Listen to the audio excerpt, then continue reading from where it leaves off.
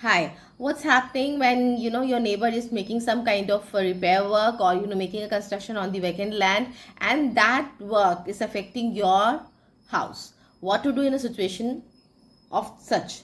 What you can do actually? Well, see, the neighbor has a right to construct in his own land, right? Yes, but that should not affect your land or your house. If any kind of damages is taking place because of that kind of work, of the construction work, then you have a right to take a stay against that kind of against that work.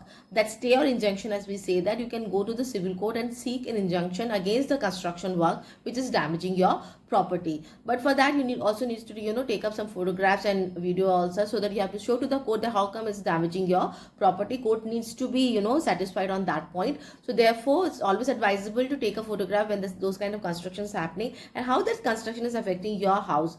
If there is kind of a crack is happening, or the muds are sliding down, and there's a chances of the house to tilt and all that. So you need to have those kind of things ready for for getting an injunction. It's always better to do that. And where you can go take these stays, you can complain to the nearest SDM office, subdivisional office also, deputy commissioner office also. And in this situation, if they are not doing help, then you can straight away go to the civil court and file an injunction application and obtain a stay against such illegal construction which is damaging your property. So if you like this video, like, share, subscribe Phoenix Bay Legal channel. Thank you.